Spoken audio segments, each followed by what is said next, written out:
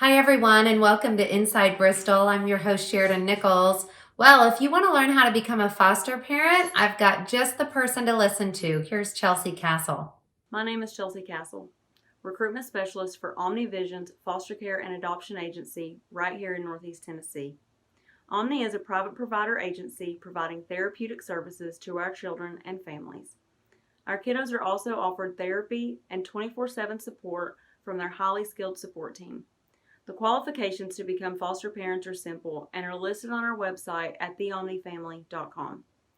We are currently seeking loving homes to provide placement for children awaiting reunification with their birth families. Spring classes are set to begin March the 11th, 2021 at 6 p.m. We have altered our schedule to be very safe and effective, flexible, and a hybrid module during this pandemic.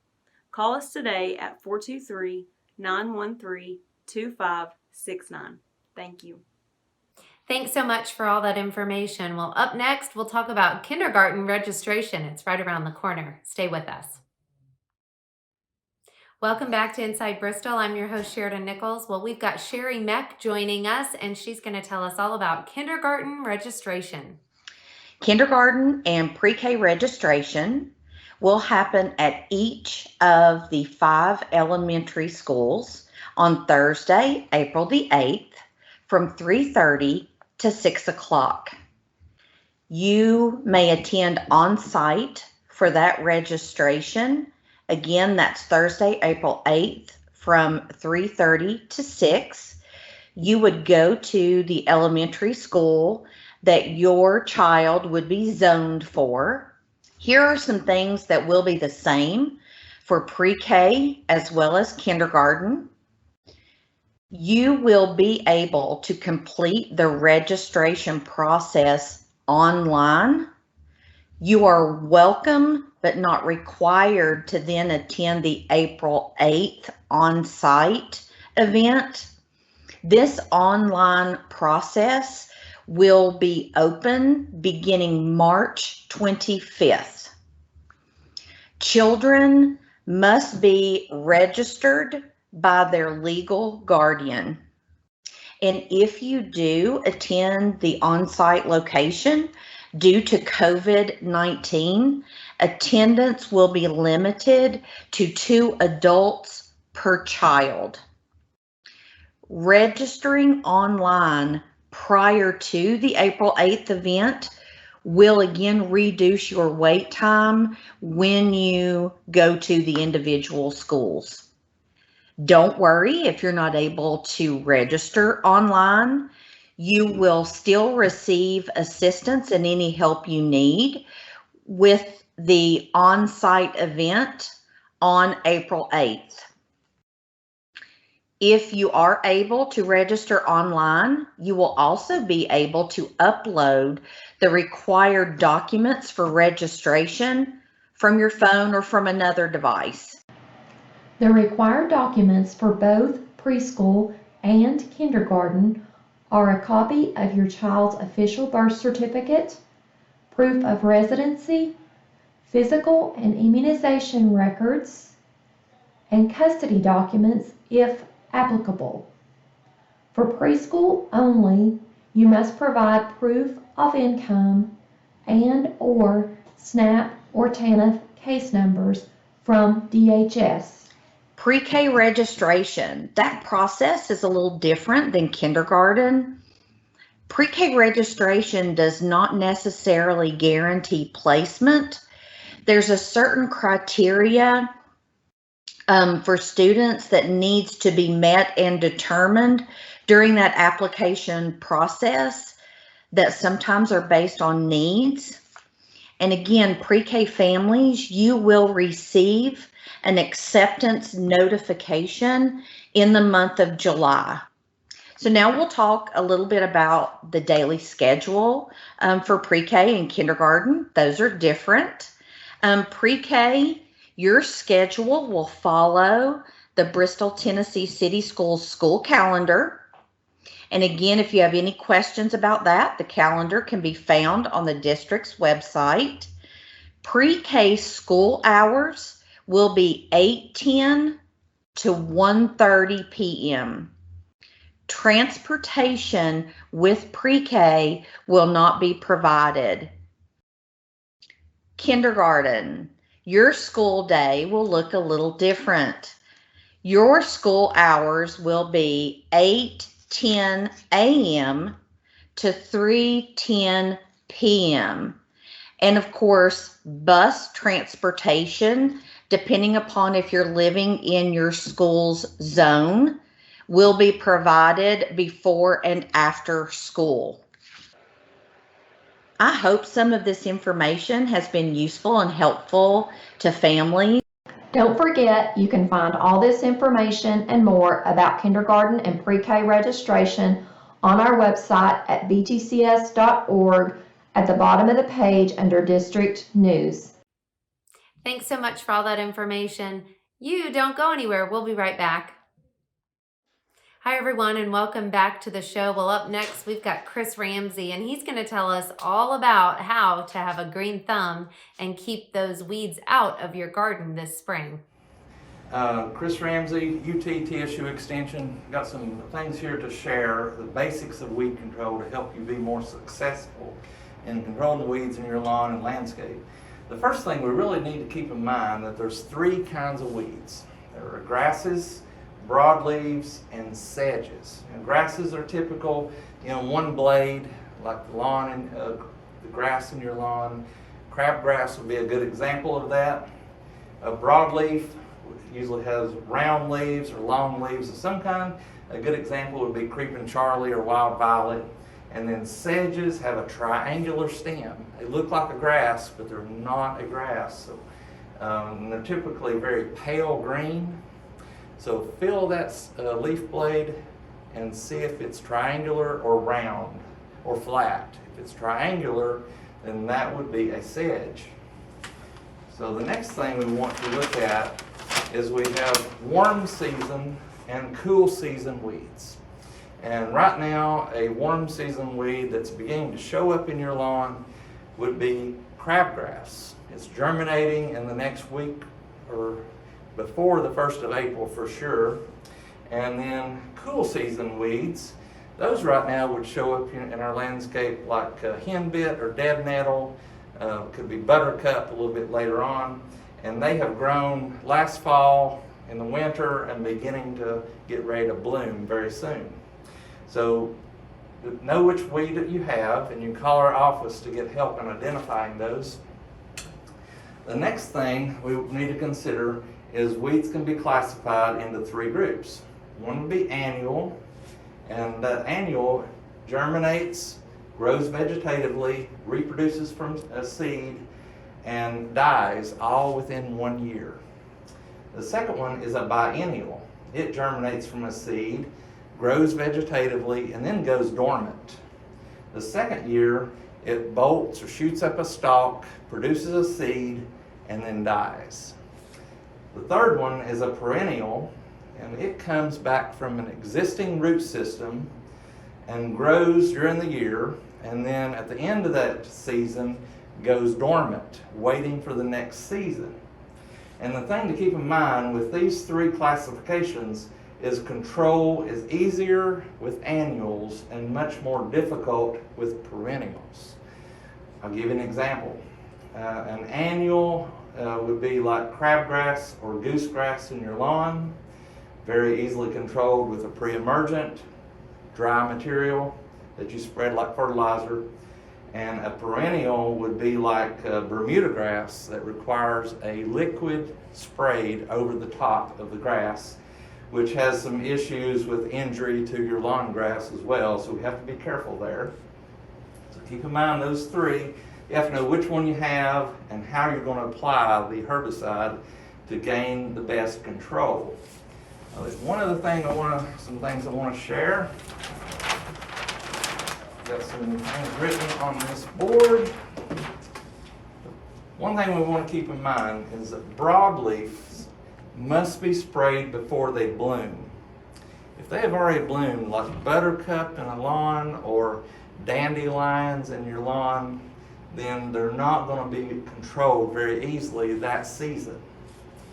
Other thing, if we're spraying liquids on the lawn or to control weed, we need 3 days of 60 degrees before we spray. And this time of year, that is very important. Now there's 2 different formulations typical for weed control products. One would be a pre-emergent, often used for annuals like crabgrass and goosegrass. And it would typically be granular, very easily spread out of a fertilizer spreader. And then a post-emergent that was usually applied as a liquid product. And the other thing to really keep in mind is very important is we always need to spray early in the life cycle of the weed. Think of early is little root system, late in the life cycle is big root system. And it's easier to control if we spray it early. Now I've got some pictures up here. Up here on the top left is an annual. It's a summer annual called Japanese stiltgrass. It often grows in shady areas, but it is an annual, easily controlled with a pre-emergent. Crabgrass on the lower left, you can control that with a pre-emergent, applied right now here in March. And then goosegrass, the same thing applied to prevent crabgrass, would also get goosegrass. That's 3 very common annuals that we would see in the summertime. And some summer broadleaf plants would be prostrate spurge, we often see growing in compacted areas in the lawn. And then purslane.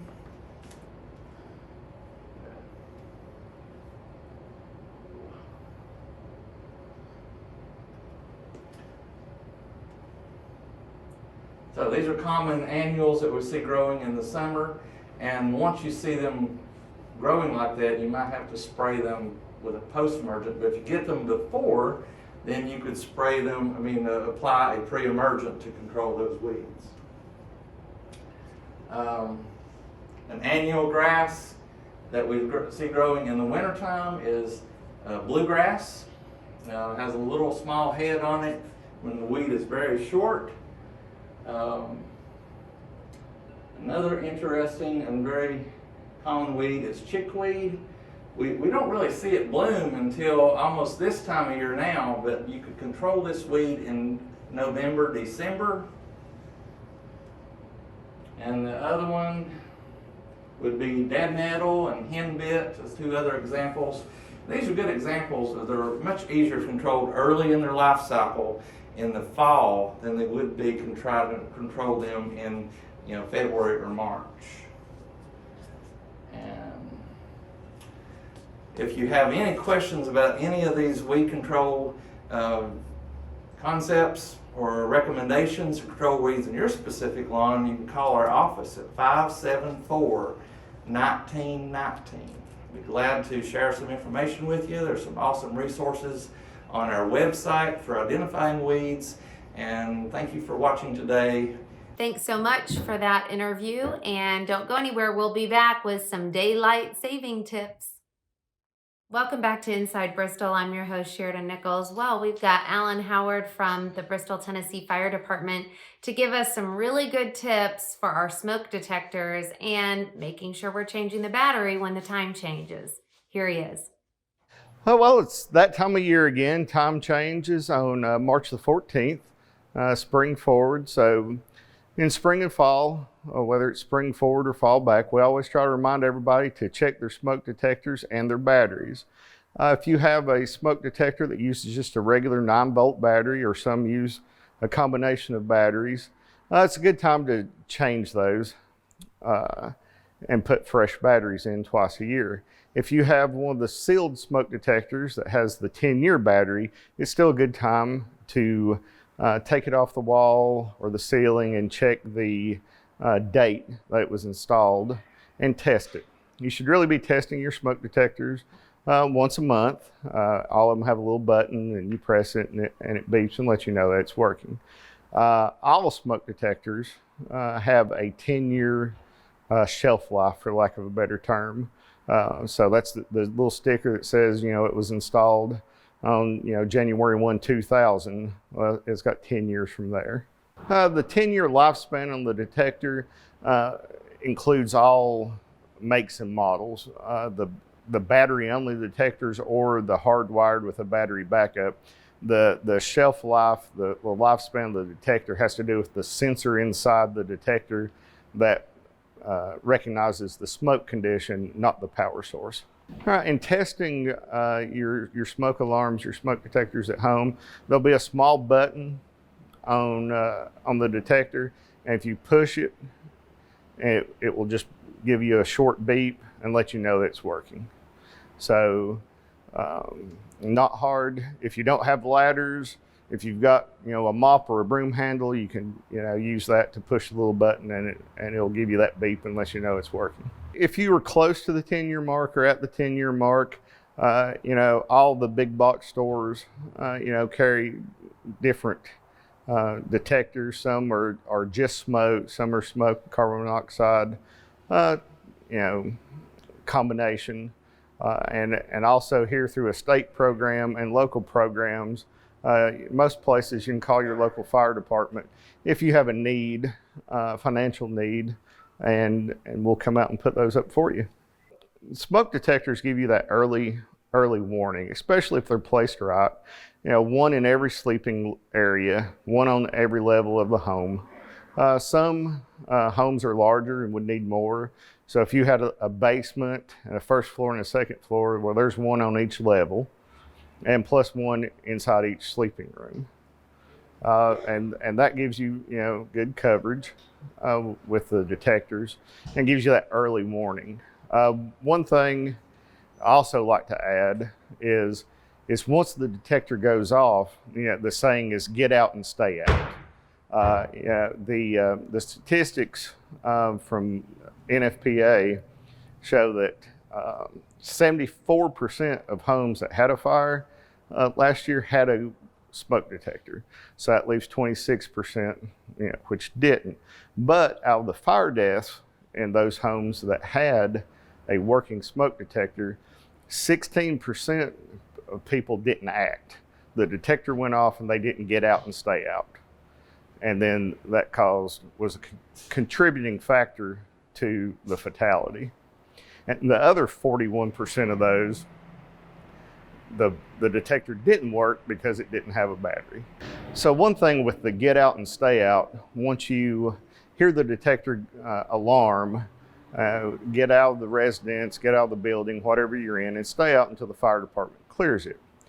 On your way out, whether it's the room you're in or during your exit path, you see a room that's on fire. If you can safely do it and close the door, that limits the fire spread greatly. It also suggests that everyone sleep with their doors closed to their bedroom, as if you have a fire in another portion of the house, that blocks the smoke and the fire. We just recently had a fire, and in the home, they shut the door on their way out, and it limited the fire to the room that it started in.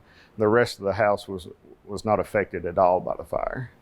So keeping the doors closed and closing them as you go out, like if you go out the front door, close it behind you, and that limits the air the fire can get and limits the spread. Thanks so much for all of that information, and thank you for tuning in today. We'll see you next time.